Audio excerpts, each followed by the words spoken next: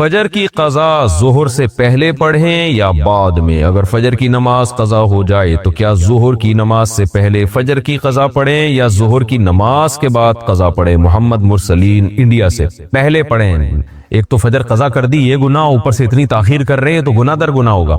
حدیث میں آتا ہے من نام عن صلاۃ او نسیھا فلیصلیھا اذا ذکرھا فإن ذلک وقتھا۔ صحیح حدیث ہے، آپ صلی اللہ علیہ وسلم نے فرمایا کسی کی آنکھ نہ کھلے نماز میں یا بھول جائے تو جیسے ہی یاد آئے یا جیسے ہی جاگ آئے فوراً نماز پڑھے وہ، اور یہی پھر اس کا وقت ہوگا۔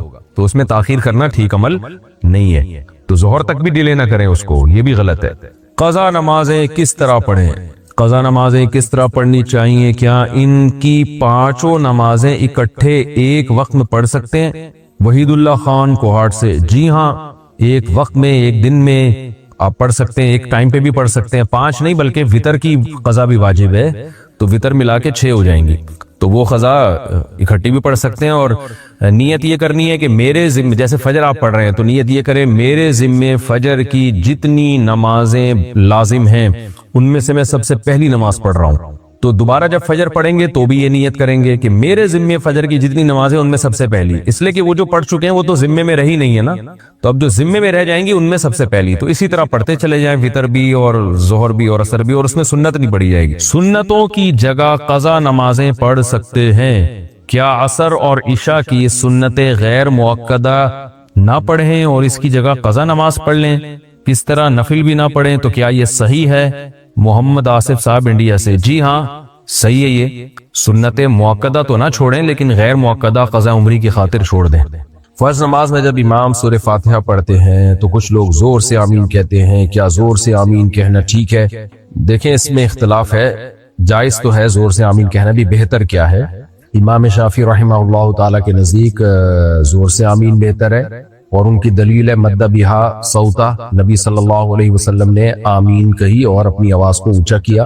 تو جبکہ امام ابو حنیفہ رحمہ اللہ تعالی کے نزدیک آمین آہستہ افضل ہے، اس کی وجہ آمین ایک دعا ہے، اور قرآن میں آتا ہے ادعوا ربکم تضرعا وخفیا، اپنے رب کو چپکے سے پکارو۔ تو دعا میں جہر یہ بہتر نہیں ہے، دعا میں جو ہے سر یعنی آہستہ پڑھنا بہتر ہے۔ تو امام حنیفہ رحمہ اللہ تعالیٰ کا اصول ہے کہ وہ قرآن کو اصل قرار دیتے ہیں اور پھر حدیث میں تعویل کرتے ہیں۔ تو یہ جو حدیث میں آتا ہے کہ آپ نے اپنی آواز کو اونچا کیا، تو یہ تعلیم ناس کے لیے ایسا ہمیں ملتا ہے۔ نبی صلی اللہ علیہ وسلم بعض دفعہ کوئی بھی کام جو سرن ہوتا تھا جہرن کر دیا کرتے تھے تاکہ پیچھے مقتدیوں کو پتہ چلے۔ یہی وجہ ہے کہ ظہر میں بھی آپ نے جہرن قرات کی ہے، حالانکہ ظہر میں تو جہرن قرات نہیں ہوتی، لیکن چند آیتیں آپ نے جہرن پڑھی ہیں تاکہ مقتدیوں کو پتہ چلے کہ بھئی میں کیا پڑھ رہا ہوں، تاکہ لوگ سیکھیں۔ تو یعنی یہی کہا جاتا، امام حنیفہ رحمہ اللہ تعالیٰ کی دلیل یہی ہے کہ اگر آپ صلی اللہ علیہ وسلم نے کبھی آہستہ یعنی زور سے آمین کہہ دی ہے تو اس سے اس کا سنت ہونا ثابت نہیں ہوتا، بلکہ وہ تعلیم کے لیے، تاکہ پتہ چلے کہ میں نے اس موقع پہ آمین کہی ہے۔ باقی یہ کہ اختلافی مسئلہ ہے، ان چھوٹے چھوٹے مسائل میں اتنا لڑنا نہیں چاہیے۔ بہرحال ہمارے نزدیک بہتر یہی ہے کہ آمین آہستہ آواز سے کی جائے، کوئی اگر زور سے کہے گا تو یہ بھی ناجائز نہیں ہے۔ کیا چاش کی نماز ظہر کی نماز میں پڑھ سکتے ہیں؟ چاش کا وقت ظہر کا وقت شروع ہوتے ہی ختم ہو جاتا ہے، تو وہ اگر آپ اس وقت میں پڑھتے ہیں تو ایک نارملی یہ کام نوافل کی طرح وہ نوافل ہوں گے، وہ ظہر کے وہ یعنی چاش کی نماز نہیں کہلائے گی۔ پھر وہ بنگلہ دیش سے کسی نے پوچھا ہے، ہمارے گھر کچھ عورتیں آتی ہیں جو دوسروں کے گھر جا کر تبلیغ کرنے کا کہتی ہیں اور پیسے بھی مانگتی ہیں، جب میں منع کرتی ہوں تو غصہ کرتی ہیں، اس بارے میں کچھ وضاحت فرما دیں۔ یہ کیسی تبلیغ ہے بھئی؟ آتی ہیں پیسے بھی مانگتی ہیں، آپ منع کر دیں، ایسا نہ ہو کوئی گڑبڑ ہو رہی ہو تو ان کو سختی سے منع کریں، یہ کیا دھندا لگایا ہوا ہے؟ تو بنگلہ دیش میں تبلیغ والے کام کرتے ہیں تو وہ تو فری میں ہوتی ہے ساری تبلیغ، اپنا خرچہ، اپنی جان، اپنا مال، اپنا وقت ہوتا ہے۔ تو یہ خاتون مجھے تھوڑا سا گڑبڑ لگ رہی ہیں یہ خواتین۔ عبد القدیر بلند شہر سے، کیا داڑھی رکھنے سے مردانہ قوت بڑھتی ہے؟ اگر میں کہہ دوں ہاں بڑھتی ہے تو عبد القدیر بھائی کیا آپ رکھ لیں گے داڑھی؟ اگر میں کہہ دوں داڑھی رکھنے سے مردانہ قوت بڑھتی ہے، آپ دیکھیں کل جو ہے آپ 1 کروڑ سے زیادہ نوجوان داڑھی رکھنے کا فیصلہ کر لیں گے۔ دیکھیں داڑھی رکھنے کا براہ راست تو مردانہ قوت سے کوئی تعلق نہیں ہے، کوئی ایسی ریسرچ نہیں ہے، لیکن مینٹلی آدمی اپنے آپ کو مرد سمجھنے لگتا ہے۔ ظاہر ہے داڑھی مردوں کا شعار ہے، نبی صلی اللہ علیہ وسلم نے حکم دیا اعفوا اللحى وقصوا الشوارب، داڑھی بڑھاؤ اور مونچھیں گھٹاؤ. اور اسی طرح آپ صلی اللہ علیہ وسلم نے 10 چیزیں پیغمبروں کی فطرت قرار دی ہیں, ان میں داڑھی بڑھانا بھی ہے. تو پیغمبر وہی کام کرتے ہیں جو نیچر کے مطابق ہوتا ہے. تو جب پیغمبروں نے داڑیاں بڑھائی ہیں تو اس کا مطلب یہ مردوں کی فطرت ہے. عورت کے تو چہرے پہ بال نکل آئے تو اس کو کاٹنے کا حکم ہے اگر داڑھی کی جگہ, تو یہ تو مردوں کی فطرت ہے. آپ نر جانور دیکھیں, ان کے داڑیاں ہوتی ہیں, ان کے بڑے بال ہوتے ہیں چہرے پہ. تو جب آپ داڑھی رکھیں گے اور آپ کو مردانہ وجاہت محسوس ہوگی تو خود بخود آپ کی مردانہ قوت بھی بڑھے گی, کیونکہ مرد ہونے کا احساس یہی انسان کو مرد بناتا ہے. تو میں یہ نہیں کہہ رہا جن کی داڑیاں نہیں ہیں ان میں مردانہ قوت نہیں ہوتی, لیکن جو داڑھی والے ہوتے ہیں تو ان کو خود اپنی مردانگی کا احساس ان میں زیادہ ہوتا ہے. تو اس لیے جب یہ احساس زیادہ ہوگا تو مینٹلی آپ میں زیادہ ظاہر ہے ہر قوت زیادہ بڑھے گی آپ میں. جو مردوں کے جو بھی بہادری آئے گی اور بھی بہت ساری چیزیں, تو اس میں مردانہ قوت بھی آٹومیٹیکلی آپ کی مینٹلی بڑھے گی بہرحال. اور یہ زیادہ تر دماغ کا ہی کھیل ہے, آپ ڈاکٹروں سے پوچھیں.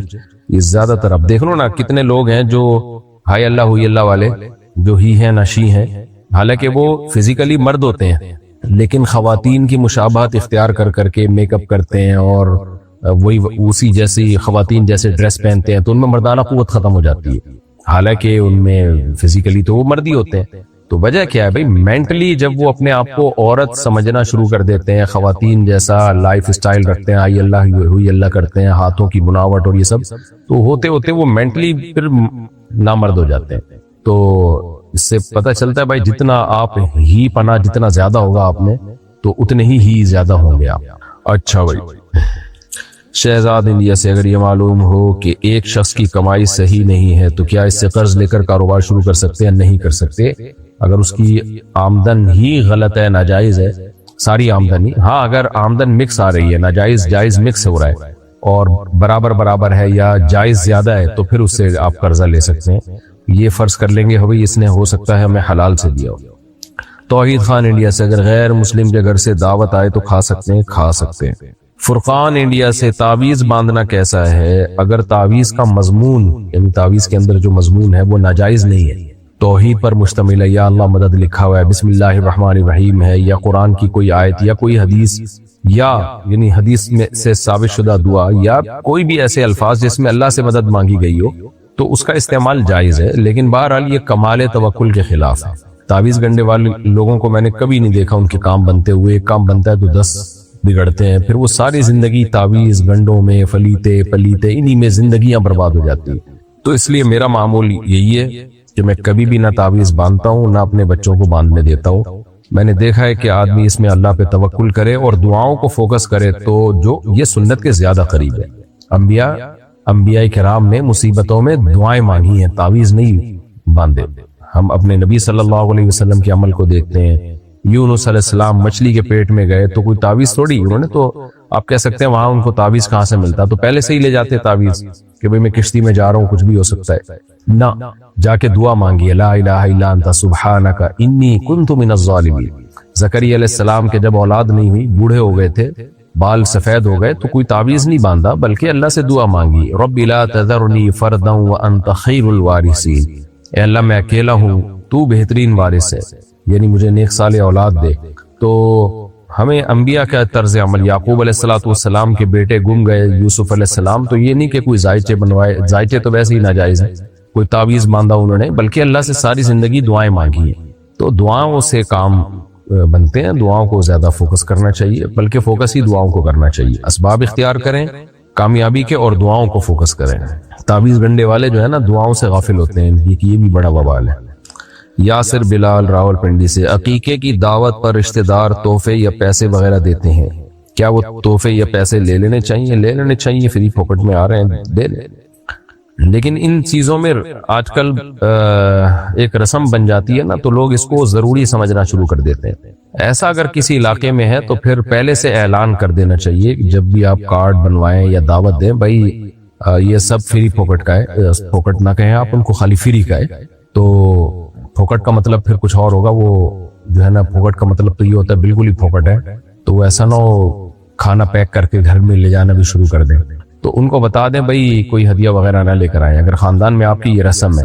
اور رسم کا مطلب ایسے پتہ چلے گا کہ کسی کو فری میں اس دعوت پہ جاتے ہوئے ذلت محسوس ہو, بعض دفعہ یہ ہوتا ہے کہ دوست کی دعوت پہ جا رہا ہوں، گفٹ نہیں لے کر گیا تو وہ کیا سوچے گا، عقیقے کی دعوت پہ جا رہا ہوں، گفٹ نہیں لے کر گیا تو وہ کیا سوچے گا. تو اس ذلت کو مٹانے کے لیے گفٹ شروع ہو جاتا ہے. تو یہ گفٹ گیری ہے کہ ہم نے گفٹ دینا ہے، تو پھر ہمارے بچے کا جب عقیقہ ہوگا تو وہ بھی گفٹ لے کر آئیں گے، پھر کمپیئر کیا جا رہا ہوتا ہے، اس نے کم گفٹ دیا، ہم نے زیادہ گفٹ دیا.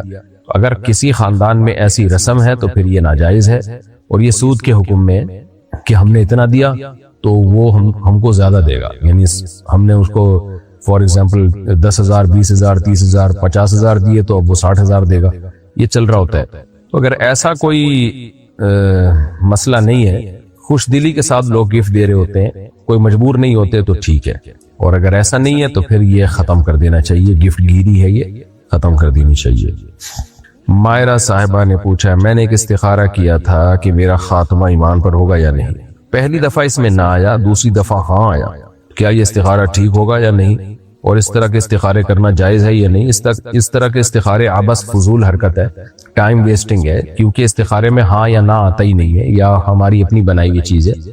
نہ ہاں آتا ہے نہ آتا ہے. بار بار میں اس پہ وضاحت کر چکا ہوں کہ استخارہ ایک دعا ہے، اللہ سے مشورہ نہیں ہے. اللہ سے کبھی مشورہ نہیں لیا جاتا، اللہ تو آرڈر دیتا ہے. تو استخارہ تو ایک دعا ہے، اللہ یہ کام تیرے علم میں میرے لیے بہتر ہے تو مقدر کر دے، بہتر نہیں ہے تو ہٹا دے اس کو. تو یہ جو آپ نے استخارہ کیا فضول کام ہے، اس کے نہ ہاں کا کوئی اعتبار ہے نہ کا کوئی اعتبار ہے. ایمان کی حفاظت کے لیے بس آپ اللہ سے دعا مانگا کریں، برائیوں سے بچیں، نیک اعمال کریں، اور ربنا لا تزغ قلوبنا بعد اذ ہدیتنا وہب لنا من لدنک رحمہ انک انت الوہاب. یہ دعا کثرت سے پڑھا کریں آپ کہ اللہ میرا، اس کا حاصل یہی ہے اس دعا کا کہ اللہ میرا خاتمہ ایمان پہ اور اعمال صالحہ پہ کرنا. عمران خان انڈیا سے. عمران خان تو جیل میں، اچھا سوری یہ دوسرے عمران خان میں. اگر نماز کے دوران ہنسی آ جائے تو کیا وضو ٹوٹ جاتا ہے؟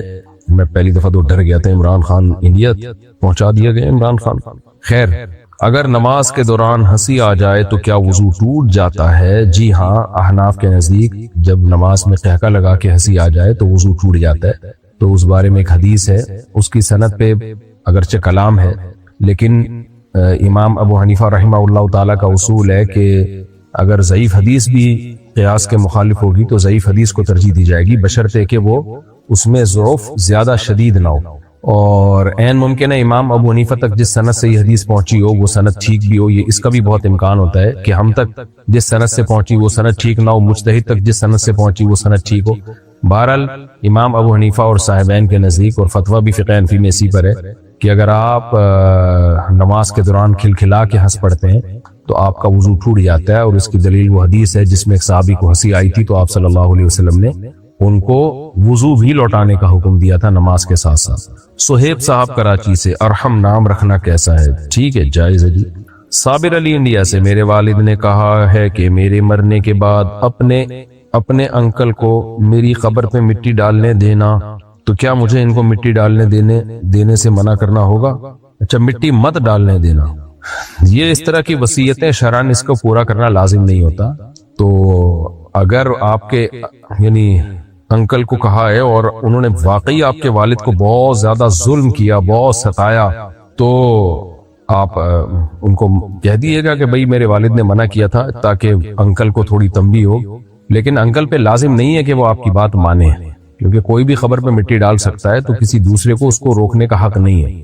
تو میرا خیال ہے قبر پہ پھڈے بازی ہوگی بلا وجہ کی. تو بس والد صاحب نے کہہ دیا انکل کو. اگر واقعی انکل بہت بڑے ظالم ہیں، چھوٹی موٹی کوتاہیاں ہر جگہ ہوتی ہیں، تو اس کو تو اگنور کر دینا چاہیے. والد نے اگر کہا بھی ہو تو بھی اگنور کر دیں. لیکن اگر واقعی بہت بڑے کوئی ظالم تھے، کوئی بہت ہی ستایا تھا والد کو، تو پھر والد کے دنیا سے جانے کے بعد آپ انکل کو یہ کہہ سکتے ہیں کہ ابا نے آپ کے بارے میں یہ بولا تھا، تاکہ ان کو ہو کہ بھائی یہ باقی میں یعنی بہت ناراض دنیا سے گیا ہے مجھ سے، یہ بول دیں. لیکن زبردستی بہرحال کوئی نہیں روک سکتا، کیونکہ یہ آپ کے اختیارات میں ہے ہی نہیں کہ آپ ان کو مٹی ڈالنے سے زبردستی روکیں. اگر گھر میں خواتین کا سر کھلا رہتا ہے تو کیا لعنت ہوتی ہے؟ عورت کے لیے نامحرم کے سامنے سر ڈھانپنا لازم ہے، محرم کے سامنے لازم نہیں ہے. تو اگر خواتین گھر میں سر کھلا رہتا ہے تو یہ جائز ہے، بشرطے کہ وہاں کوئی نامحرم مرد نہ ہو. لیکن بہرحال افضل یہی ہے، حیا کے زیادہ قریب ہے یہ بات کہ سر پہ چادر رہے. یہ جتنا حیا ہوگی شریعت اس کو اتنا زیادہ پسند کرے گی. جن گھروں میں حیا کا ماحول ہوتا ہے اللہ تعالیٰ ان گھروں سے محبت کرتے ہیں۔ اس کی مثال ایسے ہے کہ آپ قمیض اتار کے بھی گھر میں گھوم سکتے ہیں، لیکن آپ کے والد آپ کے بھائی اگر گھوم رہے ہوں، تو مردوں کی بات کر رہا ہوں، تو مرد قمیض نہیں اتار کے گھومتے ان کے سامنے، تھوڑی حیا آتی ہے انسان کو، یار ابا بولیں گے کیا ننگا پتنگا پھر رہا ہے، کپڑے پہن تمیز سے۔ تو اب آپ اس میں یہ کہیں کہ شرعن جو ہے عین بھی بڑا گاڑھا نکالیں کہ کرتا پہننا شرعن لازم نہیں ہے، میرے ذمہ تو صرف یہ لازم ہے کہ ناف سے لے کے گھٹنے تک میں کور کروں، اس کو ڈھانپ کے رکھوں، تو ناف سے گھٹنے تک میں نے ایک دھوتی باندھی بھی، اب میں ایسے ہی گھوموں گا۔ ظاہر کہا جائے گا بے حیا آدمی ہے، عجیب حیا کے خلاف کام کر رہا ہے۔ حیا کا تقاضا یہ کہ پراپر ڈریس پہنا جائے، تو اسی طرح خواتین کے لیے سر ڈھانپے بغیر گھومنا بھی گھر میں جائز ہے، لیکن حیا کا تقاضا، میں یہ نہیں کہہ رہا جو سر نہیں ڈھانپتی وہ بے حیا ہے، بے حیا ہے، لیکن بہرحال حیا کے زیادہ قریب یہی ہے کہ سر کو ڈھانپنے، اچھی بات ہے یہ۔ مفتی صاحب نماز میں بہت وسوسے آتے ہیں، اس کا حل کیا ہے؟ اس کا حل یہی ہے کہ آنے دیں اور اس سے پریشان نہ ہو، وسوسوں کو نکالنے کی بھی کوشش نہ کریں، آنے دیں اور اپنے کاموں میں مشغول رہیں۔ آپ نماز پڑھیں، اس کے بعد جو آپ کی ایکٹیویٹیز ہے اس کو پورا کریں اور ان سے پریشان نہ ہو۔ وسوسوں سے جو جتنا زیادہ پریشان ہوگا وسوسے اور زیادہ آئیں گے۔ اس کی مثال ایسے جیسے بچپن میں بچے آپ کو پتہ ہے ایک دوسرے کو چھیڑتے ہیں، جو کہ بہت ہی غلط کام ہے۔ کسی کی چڑ رکھ دی آپ نے، بچوں نے کسی کو موٹو موٹو کہنا شروع کر دیا، وہ موٹو سے چڑ رہا ہے، جب چڑے گا تو بچوں کو اور ہنسی آتی ہے، وہ اور چھیڑتے ہیں اس کو، وہ اور غصہ کرتا ہے کہ کیوں مجھے موٹو بول رہے ہو، کیوں مجھے موٹو بول رہے ہو، اور غصہ کرتا ہے۔ تو اس کا خیال ہوتا ہے کہ اس غصہ کرنے سے سامنے والا ڈر جائے گا، نہیں بھائی نہیں، آپ جب جتنا غصہ کریں گے تو بچے تو کہہ ہی اس لیے رہے ہیں تاکہ آپ کو غصہ آئے، تو وہ اور کھیلتے ہیں۔ تو اس کا حل یہ ہے کہ آپ غصہ کرنا چھوڑ دیں اور آپ بھی ان کے ساتھ شریک ہو جائیں، ہاں بھائی ٹھیک ہے ہم تو موٹو ہیں ماشاءاللہ، ایسے ہی کہہ دیں، تو وہ تھوڑی دیر میں جب دیکھیں گے کہ اس پہ اثر ہی نہیں ہو رہا موٹو پہ، تو یہ وہ پھر بولنا چھوڑ دیں گے اس کو۔ اس طرح کسی کا نام ٹھگنو رکھ دیا، ٹھگنو بول رہے ہیں، اس کو غصہ آ رہا ہے، وہ غصے میں اور ٹھگنا ہوتا جا رہا ہے، تو وہ بھائی غصے سے تھوڑی ہوگا، وہ تو بچے تو اور چھیڑیں گے۔ ہم اسکول میں تھے نا، اسی طرح چھیڑتے تھے ایک دوسرے کو، تو دیکھتے تھے نا جو جس کی کوئی چڑ رکھی ہوئی اس کو اور لال پیلا ہو رہا ہے تو اور چھیڑتے تھے اس کو، وہ تو پھر ایک تفریح بن جاتی تھی، سارے کام کاج چھوڑ کے پھر اس کو چھیڑنے میں ہی سارا ٹائم گزرتا تھا۔ تو اس کا حل یہ کہ بھائی وہ اگنور کرے کہ ہاں بھائی ہم تو ہیں ٹھگنو، تو اس سے امید ہے تھوڑا لمبا ہو جائے گا وہ، لیکن اگر چھیڑتے رہے تو اور یہ غصہ ہوتا رہا تو وہ اور ٹھگنا ہو جائے گا اور یہ اس کو اور چھیڑیں گے۔ تو شیطان وسوسے دل میں ڈالتا ہے، آپ وسوسے سے پریشان ہو گئے تو شیطان اور ڈالے گا، پریشان نہیں ہوگے بولے آنے دے بھائی، آنے دو، اس سے کچھ نہیں ہوتا، نہ اس سے انسان کافر ہوتا ہے، نہ اس سے گناہ ملتا ہے، چاہے کتنے گندے وسوسے آ رہے ہوں، چاہے کتنے برے وسوسے آ رہے ہوں، معاذ اللہ نقل کفر اسلام کے بارے میں الٹے الٹے خیالات آ رہے ہوں، اس سے بھی کچھ نہیں ہوتا، کوئی گناہ نہیں ہے، حدیث سے یہ بات ثابت ہے، کچھ بھی نہیں ہوتا۔ تو خود بخود انسان کافر نہیں ہو جاتا، بیٹھے بیٹھے منہ سے بولنا پڑتا ہے اور اس کے تقاضوں پر عمل کرنا پڑتا ہے، تب جا کے ہوتا ہے، ایسے نہیں، ایسے طلاق کے وسوسے بیٹھے بیٹھے لوگوں کو آنا شروع ہو جاتے ہیں، تو آنے دو، تو ٹینشن لوگے تو یہ وسوسے اور آئیں گے، کم نہیں ہوں گے۔ اور اعوذ باللہ من الشیطان الرجیم بھی پڑھ لیا کریں، لا حول ولا قوت الا باللہ بھی پڑھ لیا کریں، بس ایک دو دفعہ پڑھ لیا کریں، یہ نہیں کہ اب اسی کو پڑھتے رہیں بیٹھ کے۔ وسوسے کے مریض ایسا کرتے ہیں، کوئی دعا بتا دو اسی کو پڑھتا رہے گا، ہر وقت مسلط کر لے گا اپنے اوپر، تو بھائی وہ تو آپ نے مسلط کر لیا نا اپنے اوپر، مسلط کرنے سے تو اور آئیں گے وسوسے۔ بارش کی وجہ سے قبر بیٹھ جائے تو کیا مٹی سے برابر کر سکتے ہیں؟ جی کر سکتے ہیں، اگر تازہ قبر ہے، بہت پرانی قبر ہو جائے، 10 سال تقریباً گزر جائیں، تو 10 سال میں کراچی میں عام طور پر جو زمین ہے جس طرح کی، میت بالکل ختم ہو جاتی ہے، تو اس میں پھر دوسرا مردہ بھی دفنانا جائز ہے اگر ضرورت ہو تو، لیکن اگر کوئی جو ہے وہ اس میں مٹی کو نہ بھی ٹھیک کرے تو بھی ٹھیک ہے، لیکن ٹھیک کر دے تو بھی ٹھیک ہے، کوئی حرج نہیں ہے اس میں۔ اچھا بھائی، وضو کرنے کا صحیح طریقہ کیا ہے؟ تسہیل بہشتی زیور ایک کتاب ہے، خرید کے رکھ لیں۔ تو اب وضو کرنے کا طریقہ میں پورا بتاؤں گا تو ٹائم لگ جائے گا۔ بسم اللہ الرحمن الرحیم پڑھا آپ نے، ہاتھ دھوئے، 3 دفعہ آپ نے قلی کی، غرارہ بھی کیا، اگر روزہ ہو تو غرارہ نہ کریں، 3 دفعہ ناک میں پانی ڈالا، اور اگر لوٹے وغیرہ سے وضو کر رہے ہیں تو ایسے چلو میں پانی لیا اور ایسے کر کے 3 دفعہ منہ دھو لیا، نلکے سے ہے تو ایسے کر کے دھو لیا 3 دفعہ منہ۔ داڑھی کا، میری تو چھوٹی داڑھی ہے، میں پوری داڑھی بھگو لیتا ہوں، اگر گھنی داڑھی ہے تو بس داڑھی کا ایسے کر کے خلال کر لیں، اور پھر اس کے بعد ہاتھ سے یہاں شروع کریں، کونی تک ہاتھ دھوئیں، یوں کر کے نہیں دھونا چاہیے، ہاتھ یوں کر کے دھونا چاہیے، کیونکہ قرآن میں فاغسلوا وجوہکم وایدیکم الی المرافق، ید کو مرفق تک پہنچانا ہے، یعنی قرآن سے اشارہ ملتا ہے کہ یہاں سے شروع کرنا ہے دھوتے ہوئے اور یہاں لے کے جانا ہے۔ لوگ یوں کر کے الٹا دھو رہے ہوتے ہیں، وہ تو جاتا ہے وضو، تو یوں کر کے دھوئیں، تو ایسے بہتر ہے 3 دفعہ چلو لیں پانی میں 3 دفعہ ایسے ہاتھ کو اچھی طرح مس لیں. لوگ پانی بہت استعمال کر رہے ہوتے ہیں, ہاتھ نہیں مسل رہے ہوتے, اس سے پانی ضائع ہوتا ہے. تو ایسے نلکا کھولا, یوں کھولا اور نلکا بند کیا اور دونوں ہاتھ ملا کے یوں کیا, یا ایک ہاتھ سے بھی یوں کریں, یوں ایسے. نہیں تو نلکے سے ایسے بھی کر لیں, ایک ہی دفعہ میں اچھی طرح دھل جاتا ہے. اور پھر لیفٹ ہاتھ دھویا, یہاں سے پانی ہوتا ہوا جائے گا, ادھر کو آئے گا, اس طرح اچھی طرح ہو گیا. اب سر کا مسا کیا, سر کے مسے میں جو یہ چل رہا ہوتا ہے, لوگوں سے انگلیاں بھی نہیں ڈھل رہی ہوتی, یوں کر کے کر رہے ہوتے ہیں, ایسا کچھ بھی نہیں ہے. بس پانی آپ نے گیلا پانی جو ہے ایسے لے گئے, پورا سر پگڑی میں نہیں, ایسے پورے سر پہ لے گئے. اور پھر دونوں روایتیں, بعض روایت میں آنا لانا بھی ہے, بعض میں صرف ایک دفعہ بھی ہے, دونوں طرح ٹھیک ہے. تو ایسے لے کے مسا کر لیا. راجح ہمارے نزدیک یہی ہے کہ بس ایک دفعہ اس طرح سے مسا کر لیا جائے, پیچھے لے گئے آپ, اور پھر اس کے بعد انگلیوں کا یہ اور کانوں کی لو ایسے مسا کر لی, سر کا مسا ہو گیا. پھر پاؤں میں بھی انگلیوں سے ایڑی کی طرف دھونا ہے, یعنی پانی جو ہوگا انگلیوں سے جائے گا ایڑی کی طرف, اور چھوٹی الٹے ہاتھ کی چھوٹی انگلی سے انگلیوں کا خلال بھی کر لیں.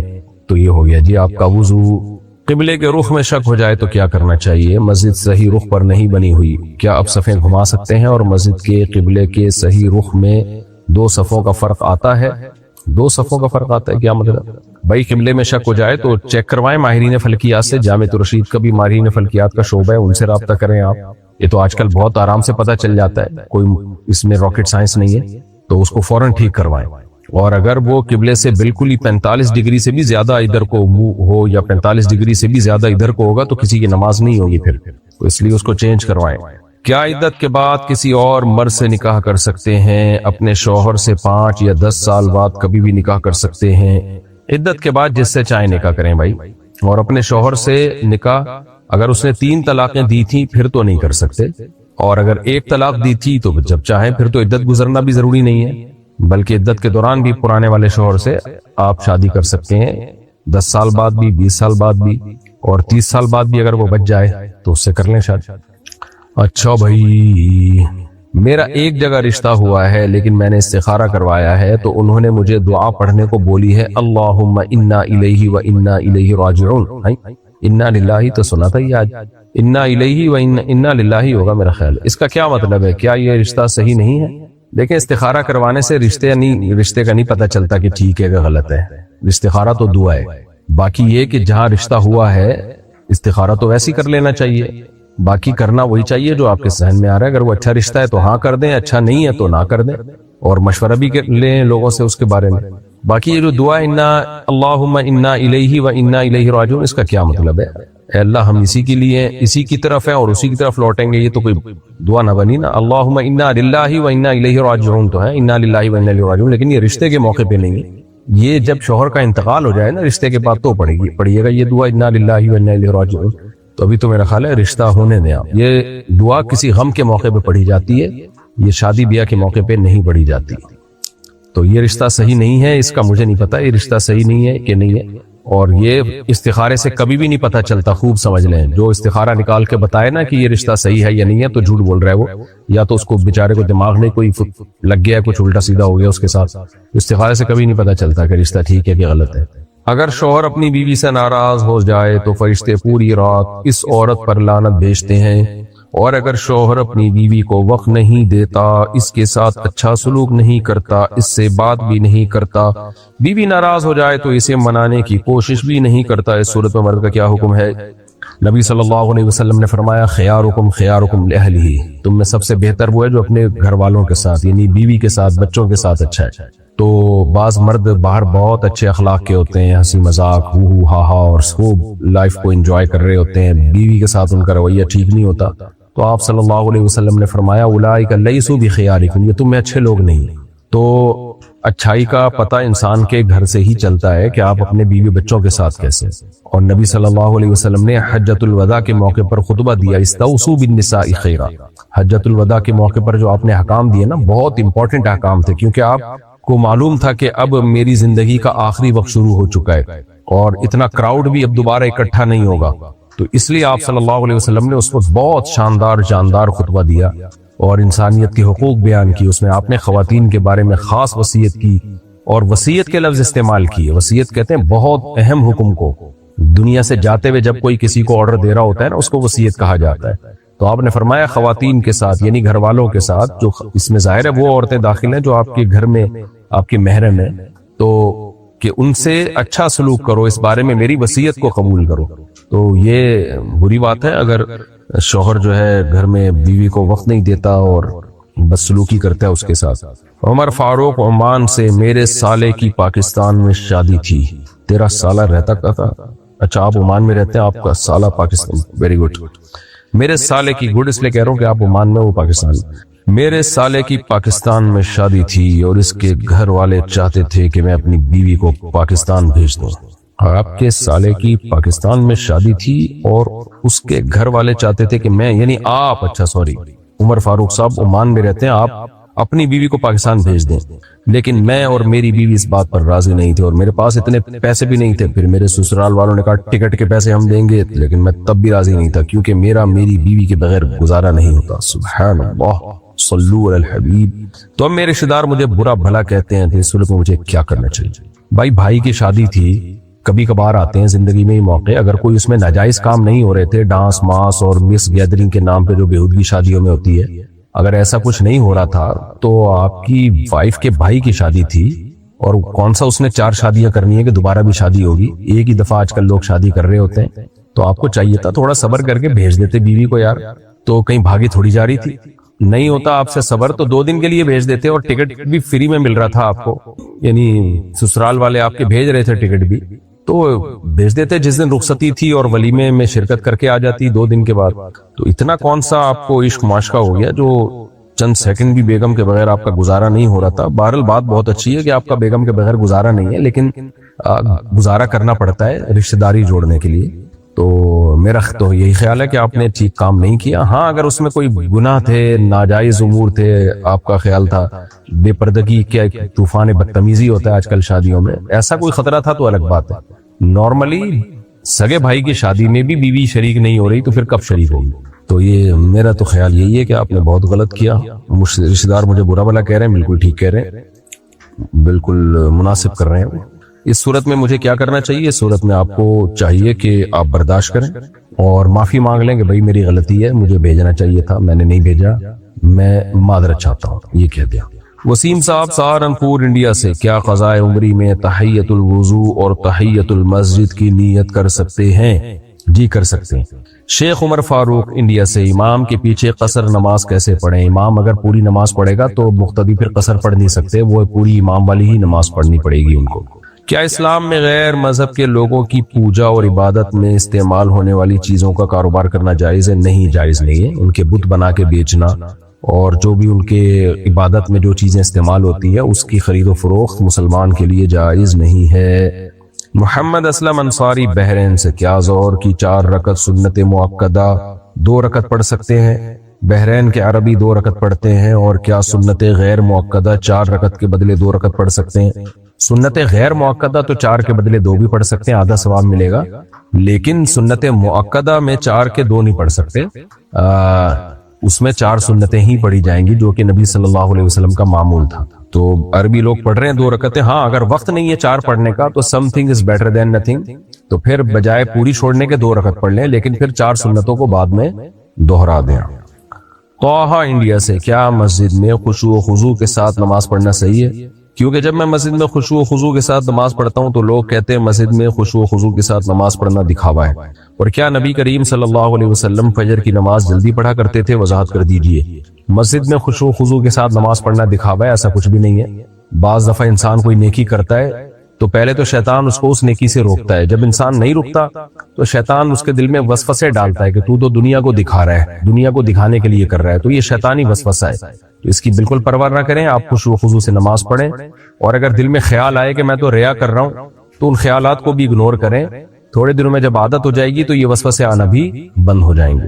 باقی یہ کہ نبی صلی اللہ علیہ وسلم فجر کی نماز جلدی پڑھا کرتے تھے، دونوں طرح کی حدیثیں، اسفروا بالصبح فإنه أعظم للأجر، شرح معانی الآثار میں حدیث ہے، اور ترمذی میں بھی ہے غالباً کہ فجر کو روشن کر کے پڑھو، اس میں اجر زیادہ ہے، لیکن دوسری طرف حدیث میں یہ بھی آتا ہے کہ نبی صلی اللہ علیہ وسلم غلس میں یعنی اندھیرے میں فجر کی نماز پڑھا کرتے تھے، اور کننا متلفعات بمروطہن، صحابیات کہتی ہم نماز میں شریک ہوتے تھے، چادروں سے ہم لپٹی بھی ہوتی تھی، لا یعرفن من الغلس، اتنا اندھیرا ہوتا تھا کہ کوئی ہمیں پہچانتا نہیں تھا، تو یہ بھی ثابت ہے۔ تو راجح بات یہی ہے کہ اگر کوئی رات کو تہجد میں اٹھا ہوا ہو یا کوئی قوم ایسی ہو جو تہجد میں رات کو اٹھتی ہو، جیسے صحابہ کرام میں تو میجورٹی رات کو تہجد پڑھتی تھی، تو ان کے لیے تو اول وقت میں ہی فجر پڑھنا افضل ہے. لیکن جب ایسا نہ ہو، جیسے کہ ہماری سوسائٹی میں 1% لوگ بھی نہیں ہے جو تہجد پڑھتے ہیں اور فجر کی نماز ہی 1% نہیں پڑھ رہے، تو تہجد کہاں پڑھیں گے؟ تو ایسے موقع پہ جماعت کی کثرت کے لیے، تاکہ لوگ زیادہ سے زیادہ جماعت میں شریک ہوں، فجر کو دیر سے پڑھنا چاہیے.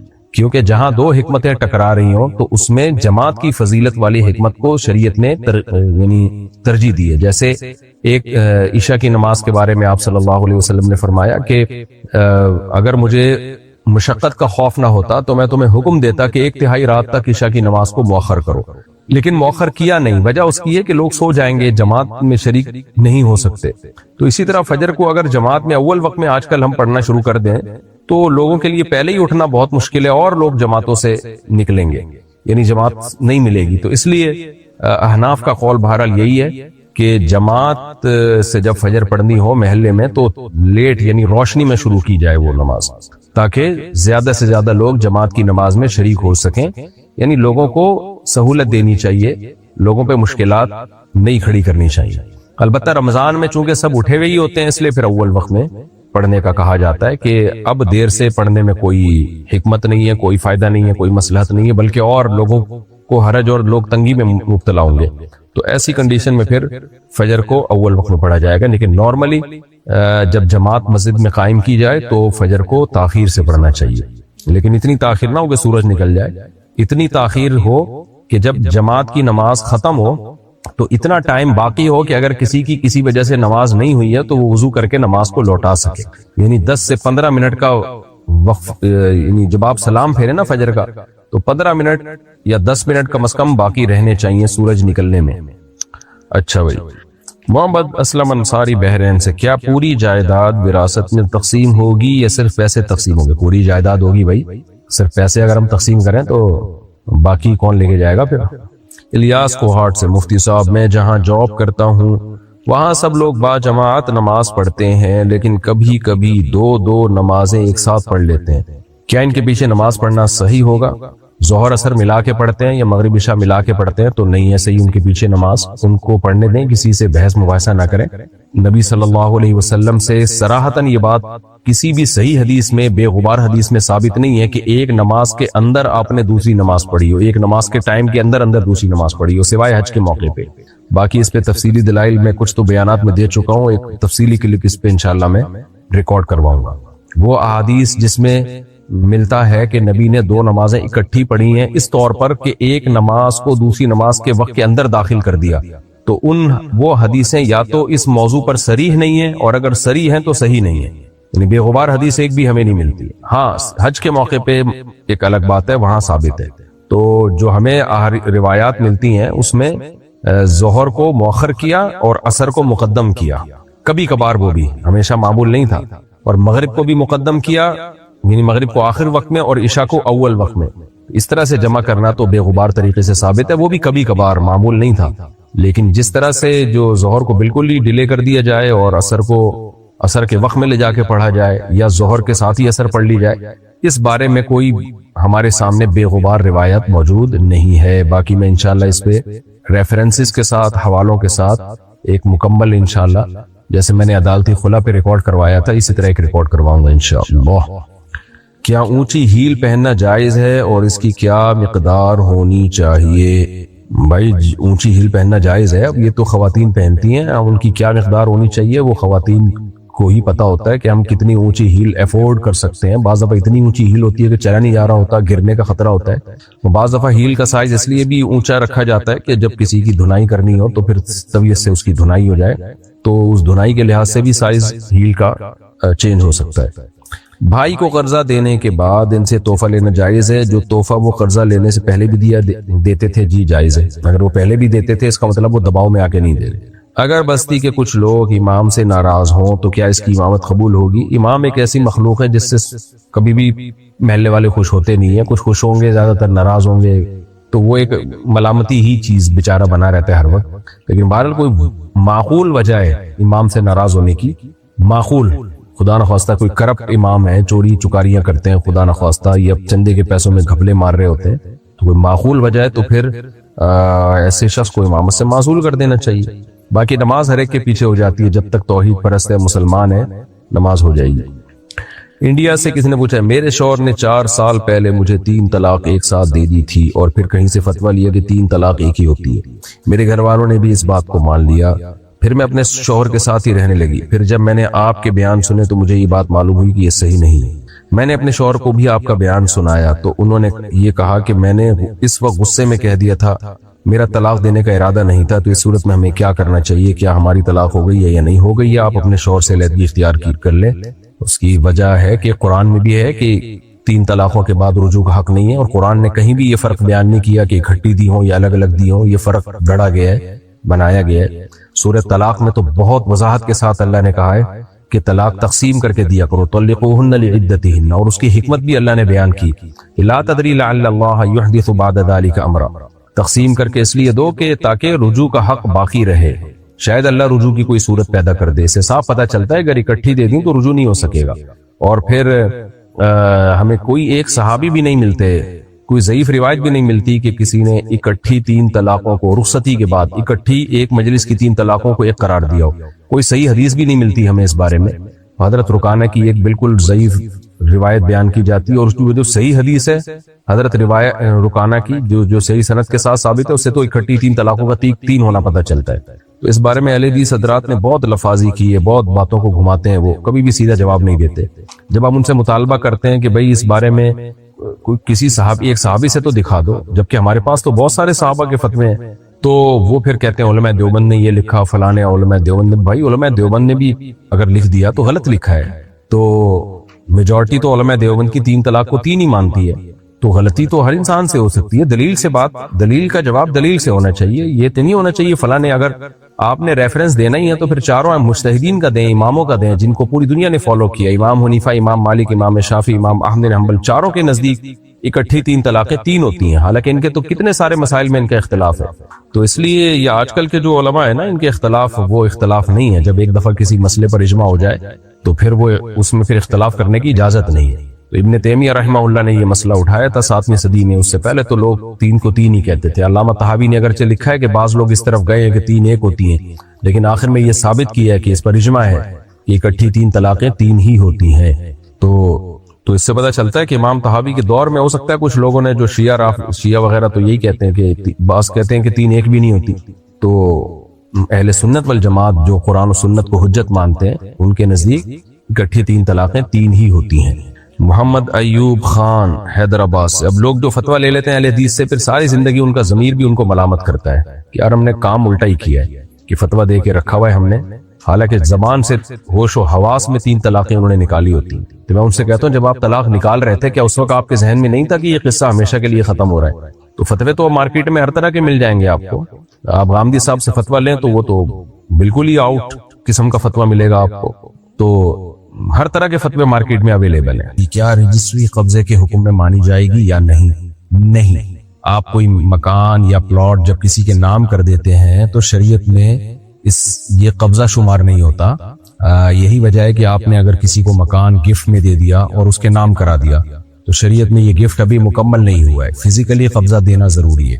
فزیکلی قبضہ کا مطلب کیا ہے کہ وہ مکان یا کوئی بھی چیز مشغول بملک الواہب نہ ہو، یعنی جس نے ہبہ کیا ہے اس کا اس پہ قبضہ نہ ہو. جیسے آپ نے کسی کو گھر دیا، سامان آپ کا پڑا ہوا ہے، تو یہ جو گھر ہے یہ مشغول ہے بملک الواہب، یعنی آپ کی ملکیت کے ساتھ مشغول ہے. یعنی سامان تو سارا آپ کا ہے تو آپ کی ملکیت اس کے اندر پڑی ہوئی ہے، تو وہ آپ کو خالی کرنا پڑے گا.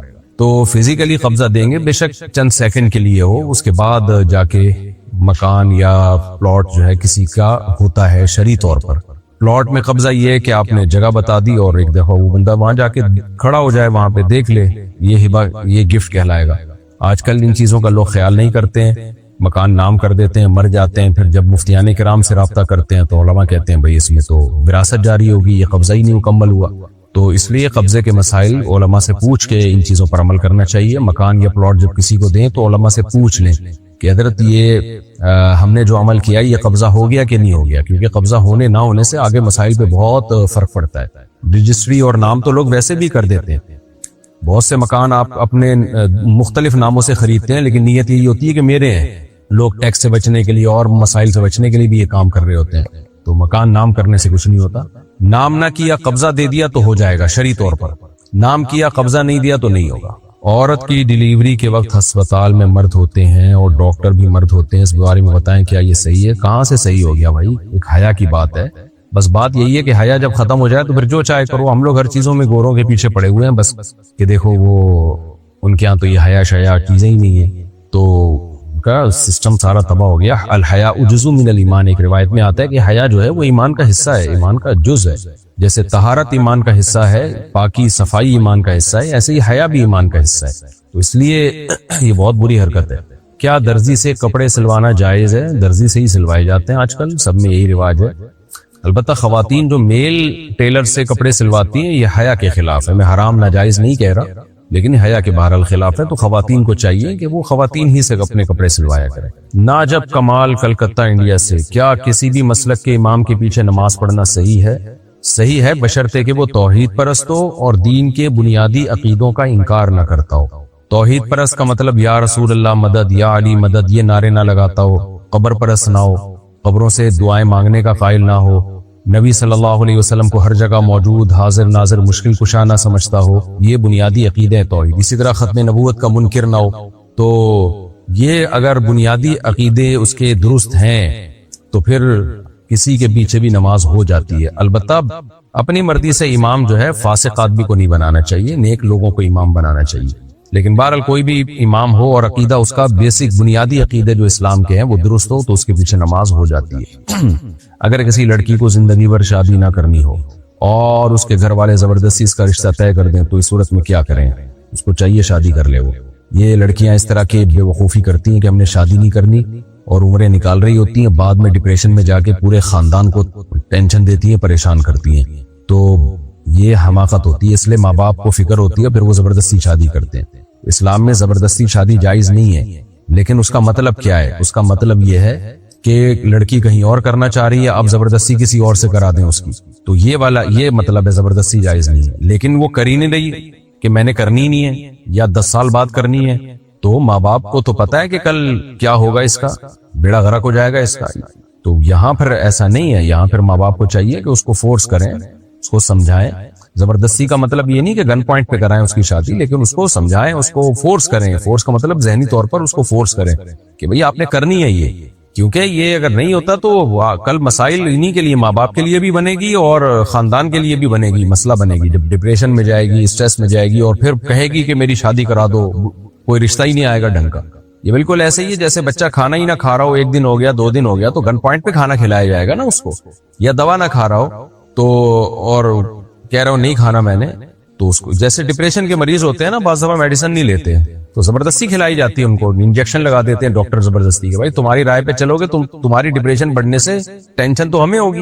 تو بالکل جو ڈپریشن اور اسٹریس کے مریضوں کے ساتھ کیا جاتا ہے کہ ان کو زبردستی دوا پلائی جاتی ہے، کیونکہ آپ نے نہیں پلائی دوا، ان کی رائے پہ چھوڑ دیا. وہ تو کہہ رہے ہیں کہ ہم نے نہیں میڈیسن لینی، ہم نے نہیں ٹیکا لگوانا، ہم نے نہیں علاج کرنا. تو ان پہ چھوڑ دو آپ.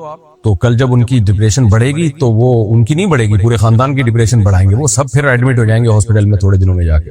تو اس لیے جو چیزیں بالکل بدیہی ہوتی ہیں اس میں خاندان والے دباؤ ڈالتے ہیں اور ان کو چاہیے کہ دباؤ ڈالیں. وہ جیسے علاج کروانا، اگر آپ کو کوئی بیماری ہے اور پتہ ہے سب کو کہ یہ علاج کرائے گا تو ٹھیک ہو جائے گا اور آپ پھر بھی علاج نہ کرا رہے ہو تو پھر زبردستی علاج کرایا جاتا ہے. تو کوئی لڑکی شادی نہیں کر رہی ہے، کرنی نہیں ہے تو اس کا مطلب یہ بھی پاگل ہو گئی ہے. تو اس کا بھی زبردستی نکاح خاندان والے کرائیں گے کہ تم گھر جاؤ اپنا زندگی گزارو جیسے ساری دنیا گزارتی ہے. تم کوئی اکیلی مریخ سے پیدا ہوئی ہو جو بغیر نکاح کی زندگی گزارو گی.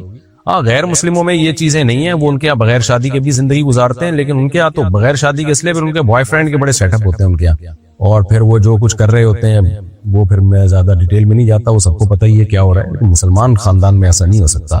تو ایک ٹائم ہوتا ہے اس کے بعد پھر لڑکی کی شادی کرائی جاتی ہے. وہ اگر نہیں کرے تو اس کو بتایا جائے گا تمہارا باپ بھی کرے گا. باپ سے مراد یہ کہ وہ کرے گی. حیض کی حالت میں تلاوت قرآن جائز ہے یا نہیں؟ نہیں جی، ناپاکی کی حالت میں، جنابت اور حیض کی حالت میں قرآن کی تلاوت نہیں کر سکتے. محمد ثاقب صدیقی انڈیا سے، کیا پھپھیری بھانجی سے نکاح کرنا درست ہے؟ پھپھیری بھانجی کیا ہوتا ہے؟ میرا خیال ہے پھپھو کی بیٹی کی بیٹی. ہاں اس سے نکاح کرنا درست ہے. جب پھپھو کی بیٹی سے نکاح جائز ہے تو بیٹی کی بیٹی سے بھی جائز ہے. اگر اذان صرف سن لی جائے جواب نہ دیا جائے تو کیا یہ صحیح ہے؟ جائز ہے لیکن سنت کے خلاف ہے. اذان کو غور سے سن کے اس کا جواب دینا چاہیے.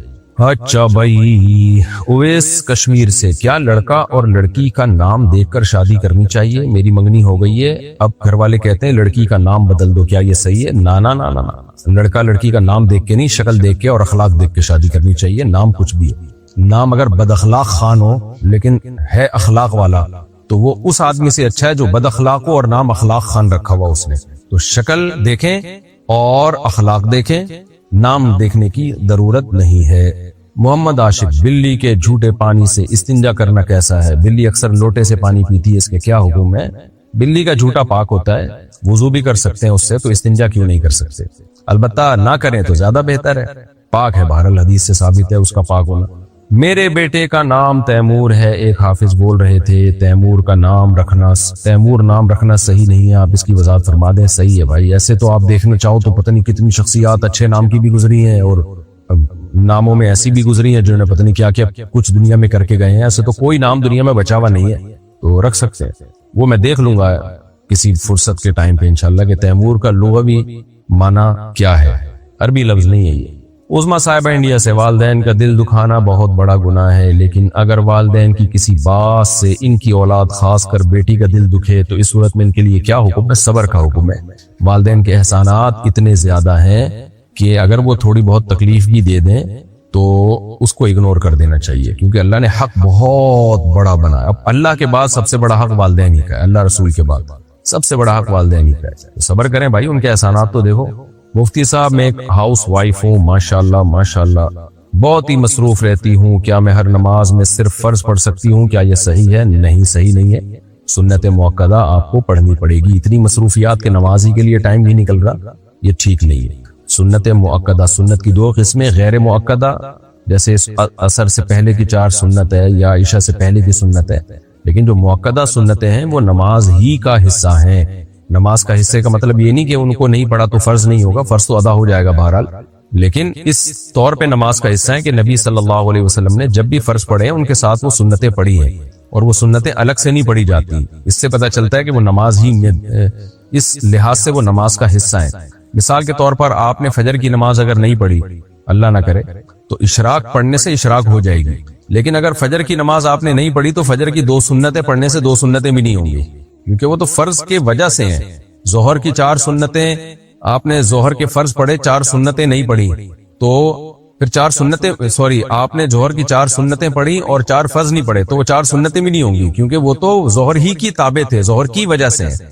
تو پتہ چلتا ہے کہ یہ جو 4 سنت ظہر کی اور 2 سنت اور مغرب کی 2 سنت یہ اسی کی وجہ سے ہیں جی. نماز کے ساتھ نبی نے ہمیشہ پڑھی ہیں، تو نماز کی تکمیل جب ہی ہوگی جب یہ سنت موقدہ بھی اس کے ساتھ پڑھی جائیں. ہاں کبھی بہت زیادہ تھکاوٹ ہو، کہیں جلدی ہے یا کچھ ایکسٹرا آرڈینری کوئی تھکاوٹ ہو رہی ہے تو پھر چھوڑی جا سکتی ہیں، لیکن چھوڑنے کا معمول بنا لینا یہ بالکل ٹھیک نہیں. کیا وضو کیے بغیر قرآن کا ترجمہ پڑھ سکتے ہیں؟ کیا نل سے وضو کرتے وقت جو پانی ضائع ہوتا ہے اس کا حساب دینا ہوگا؟ جی، ترجمہ قرآن کا بغیر وضو پڑھ سکتے ہیں. جب تلاوت بغیر وضو کے کر سکتے ہیں تو ترجمہ کیوں نہیں پڑھ سکتے؟ البتہ قرآن مجید کو بغیر وضو کے ہاتھ لگانا جائز نہیں ہے. باقی نل سے وضو کرتے ہوئے جو پانی ضائع ہوتا ہے اس کا حساب دینا ہوگا. جی ہاں بالکل بھائی، نل سے بھی پانی ہی نکل رہا ہے نا، دھواں تو نہیں نکل رہا، تو وہ بھی پانی ہے. اور کوئی بھی نعمت اللہ کی جب آپ ضائع کریں گے تو اس کا حساب دینا ہوگا. لوگ کیا کرتے ہیں، نل کھول کے بیٹھ جاتے ہیں، اس کے بعد آستینیں چڑھا رہے ہوتے ہیں، یہ کوئی طریقہ تو نہیں ہے. فاضل صاحب نے پوچھا ہے مجھے چکن پاکس ہو گئی ہے، اس سے شفا پانے کے لیے کوئی دعا بتا دیجئے، اور کیا اس حالت میں نماز پڑھ سکتے ہیں؟ میں دعا کرتا ہوں اللہ تعالیٰ آپ کو شفائے کامل عاجل عطا فرمائے. اب دعا یہی ہے، یہی دعا آپ بھی پڑھ لیا کریں، اللہ مجھے شفا عطا فرما. اسأل اللہ العظیم رب العرش العظیم ان یشفیہ، آپ ان یشفینی یہ الفاظ پڑھا کریں. اسأل اللہ العظیم رب العرش العظیم ان یشفینی، یہ دعا پڑھا کریں. ورنہ اردو میں اللہ سے 2 رکعت پڑھ کے دعا مانگ لے. باقی اس حالت میں نماز پڑھ سکتے ہیں، پڑھنا فرض ہے، ہر قیمت پہ نماز پڑھنا فرض ہے. میدان جنگ میں، جہاد میں نماز چھوڑنے کی اجازت نہیں، تو چکن پاکس میں کہاں سے اجازت ہوگی؟ البتہ یہ ضرور ہے چکن پاکس میں اور چہرے پہ اگر دانے ہیں اور ڈاکٹر نے وضو سے پانی لگانے سے منع کیا ہے، کیونکہ پانی سے میں نے سنا ہے کہ وہ دانے بہت خراب ہو جاتے ہیں. بہرحال پوری تحقیق تو آپ کو ڈاکٹر ہی بتائے گا، تو پھر ایسی صورت میں تیمم کی گنجائش ہے. موحد زید، اچھا بھائی باقی زید مشرک ہیں کیا؟ خیر جی، موحد زید صاحب ہردوئی سے کہتے ہیں کیا میت کے بعد تیجا یا 40واں کرنا چاہیے یا نہیں کرنا چاہیے؟ اس کی کوئی شرعی حیثیت نہیں ہے۔ اللہ کے رسول صلی اللہ علیہ وسلم نے ہمیں میت کے احکام جو بتائے ہیں اس میں تیجے 40واں کا کہیں تذکرہ نہیں ملتا۔ بس کسی کا انتقال ہو جائے، غسل کفن دے کے دفنائیں اور اس کے لیے دعا کریں اور ساری زندگی دعا کرتے رہیں حسب توفیق، جب اللہ توفیق دے صدقہ خیرات کریں میت کی ایصال ثواب کے لیے۔ کیا تبرک کھا سکتے ہیں؟ یہ تبرک کھانے کا ہے کیا؟ تبرک کا کیا مقصد ہے آپ کا؟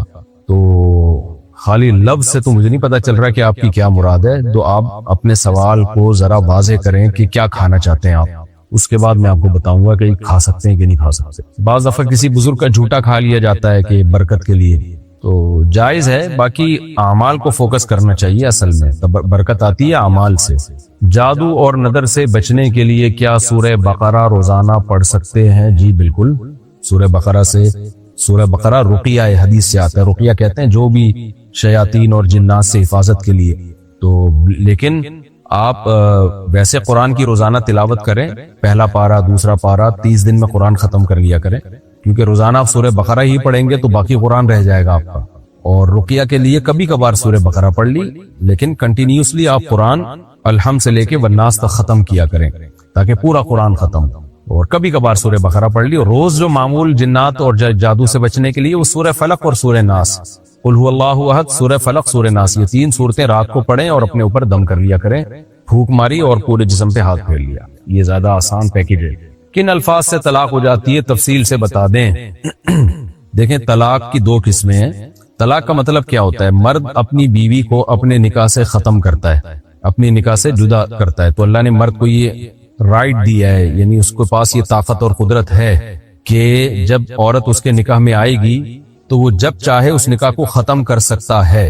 کر سکتا ہے کا مطلب یہ نہیں کہ کوئی اچھا کام ہے کر دینا چاہیے۔ نبی صلی اللہ علیہ وسلم نے فرمایا حلال چیزوں میں سب سے زیادہ ناپسندیدہ اللہ کی نظر میں طلاق ہے، لیکن یہ کام مرد کر سکتا ہے۔ عورت کے پاس ڈیورس کا رائٹ نہیں ہے، اور خلا کا رائٹ ہے کا مطلب کیا ہے؟ خلا کا حق ہے، اس کا مطلب یہ ہے کہ عورت شوہر سے خلا کا یعنی طلاق کا مطالبہ کر سکتی ہے یا نکاح کو ختم کرانے کا مطالبہ کر سکتی ہے، کوئی ضرورت اگر اسے ہو۔ بغیر ضرورت کے تو مطالبہ بھی حرام ہے اس کے لیے، لیکن بہرحال مطالبہ کر سکتی ہے اگر اس کو شوہر پسند نہیں ہے، تو وہاں بھی شوہر ہی نکاح ختم کرے گا۔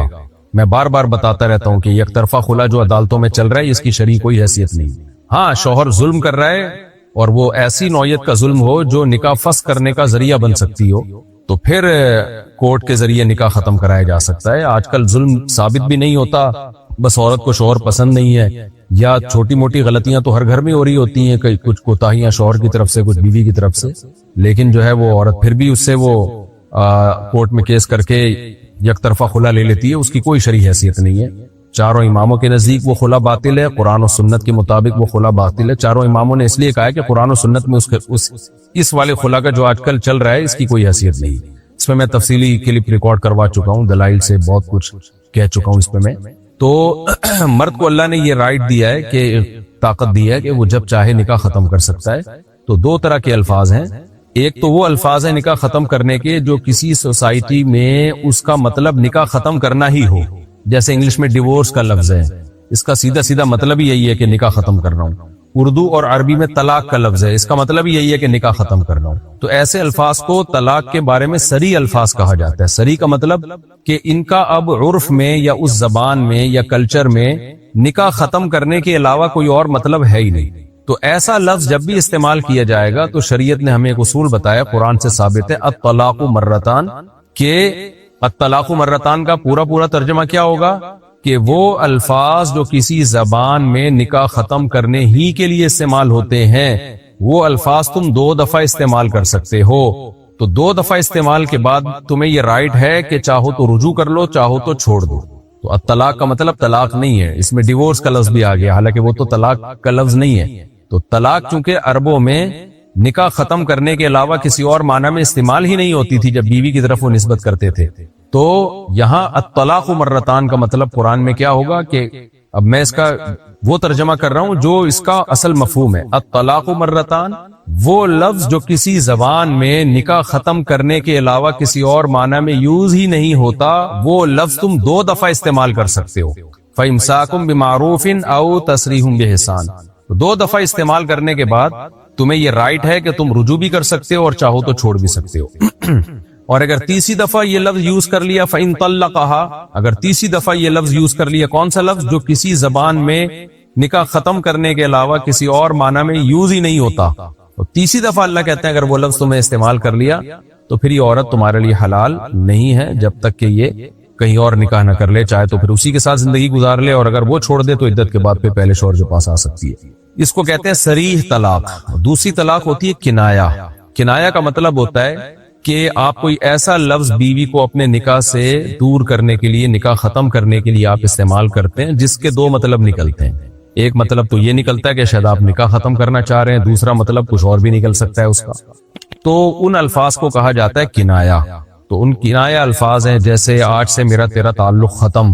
اب بھائی تعلق ختم تو دونوں کیا مطلب، نکاح کا تعلق ختم ہے یا ویسے ہی تعلق ختم بھی لوگ کہہ رہے ہوتے ہیں کہ بھئی تمہارا میرا تعلق ہی نہیں ہے۔ تو ایسے موقع پہ پھر شوہر سے نیت پوچھی جائے گی یا دیکھا جائے گا کہ مذاکرہ طلاق، یعنی بات طلاق کی چل رہی تھی، بیوی نے طلاق مانگی تھی اور اس کے جواب میں اس نے یہ الفاظ کہے ہیں، تو واضح قرینہ موجود ہو جس سے پتہ چل رہا ہو کہ اس کی نیت طلاق کے علاوہ کچھ تھی نہیں، تو بھی طلاق واقع ہو جائے گی۔ اور اگر اس کی واضح قرینہ تو نہ ہو لیکن یہ خود دعویٰ کرے کہ میری نیت طلاق کی تھی، تو بھی طلاق واقع ہو جائے گی۔ تو ایسے کنایہ الفاظ کی بھی پھر 2 قسمیں ہیں۔ ایک تو وہ کنایہ الفاظ ہیں کہ اس لفظ سے ہی پتہ چلتا ہے کہ یہ نکاح کا رشتہ ختم کر رہا ہے، اور ایک یہ ہے کہ اس لفظ سے تو پتہ نہیں چل رہا لیکن اس کے جملے کو، اس کے کلام کو ٹھیک ماننے کے لیے ہمیں یہ ماننا پڑے گا کہ اس سے پہلے طلاق کا لفظ فرض کیا جائے۔ مثال سے بات انشاءاللہ سمجھ میں آ جائے گی۔ ویسے ہی تو یہ دینی مدارس کے طلبہ کے لیے لیکچر ہے، لیکن آج کل مجتہدین بہت مارکیٹ میں آ رہے ہیں اور فتوے ہر جگہ سے چل رہے ہیں، تو اس لیے تھوڑا تھوڑا قوم کو اویئر کرنا ضروری ہو جاتا ہے۔